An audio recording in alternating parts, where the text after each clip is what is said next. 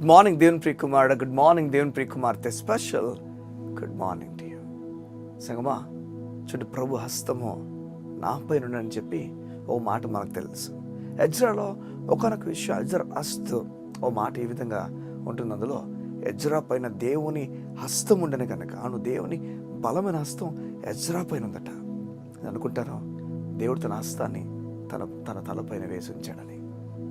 అవును చూడండి, కనుక ఎజ్రా ఏ విషయాలైతే రాజుని అడిగాడో అవని రాజు అంగీకరించి అవన్నీ ఇవ్వడానికి ఇష్టపడిన బైబిల్ చెప్తుంది. దేవుని హస్తం ఎవరిపైన ఉంటుందో వారికి అంత మేలే జరగడం ప్రారంభిస్తుంది. నీకు మాట చెప్పిన ప్రభు హస్తం నీ పైన కూడా ఉంది. దేవుడు ఎవరు మంచోలో ఎవరు చెడ్డోలో చూసి వేయడు, కానీ ఎవరైతే ప్రభుని అంగీకరించారో వారిని చూసి దేవుడు వేయడానికి ఇష్టపడుతున్నాడు. ఈ ఉదయం ప్రభు హస్తం నీ పైన ఉంది. ఎవరైతే దేవునితో నడుస్తారో, ఎవరైతే దేవునికి వారి సమయం అప్పగిస్తారో, నీకు మాట చెప్పడానికి ఇష్టపడుతున్నాను, వారిపైన దేవుని హస్తం బలంగా ఉంది. వారిపైన దేవుని హస్తం ఉంది. వారు దేవుని కార్యాలు చూస్తారు. సగమా యేసు ప్రభు దగ్గరికి కొంతమంది తల్లిదండ్రులు యేసు ప్రభు దగ్గరికి వారి బిడ్డలను చిన్న బిడ్డలు తీసుకొస్తారు. బైబిల్ చెప్తుంది శిష్యులు ఆ సమయాలు అడ్డుతారని. అప్పుడు యేసయ్య అడ్డొద్దని చెప్పి వారిని లోపల రమ్మని చెప్తాడు. ఆ బిడ్డలు వచ్చిన తర్వాత వారి పైన చేతులుంచి వారిని ఆస్వాదించాడు.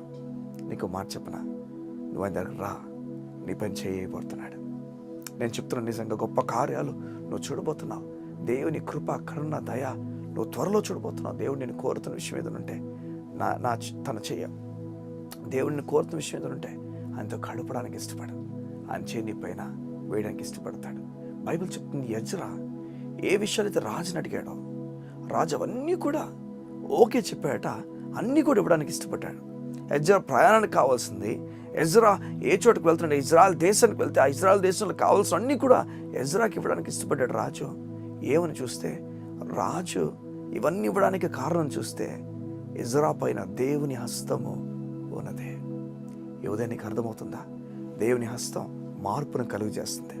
దేవుని హస్తం స్థితిగతులన్నింటినీ మార్చేస్తుంది. రాజులను సైతం ఆకర్షిస్తుంది. దేవుని హస్తం నీ పని ఉదయం ఉందని దేవుడు చెప్పడానికి ఇష్టపడుతున్నాడు. నువ్వు వెళ్ళు, ఆ పని జరుగుతుంది. నీ పైన దేవుని హస్తం ఉంది. ఎలా ఉందో తెలుసా? నీ పైన దేవుని హస్తం ఎలా ఉంది? దేవుడు నీ పైన ఉంచాడంత హస్తం. నువ్వు ఎక్కడికి వెళ్ళినా హస్తము నీ పైన కనుక అన్ని ఆశీర్వాదాలు నీకు రావడం ప్రారంభిస్తాయి. ఈ ఉదయం దేవుడు నీకు చెప్తున్నాడు, నీకు జరిగే కీడును కూడా దేవుని ఆశీర్వాదానికి మార్చడానికి ఇష్టపడతాడు. ఈ ఉదయం నమ్ముతున్నావా?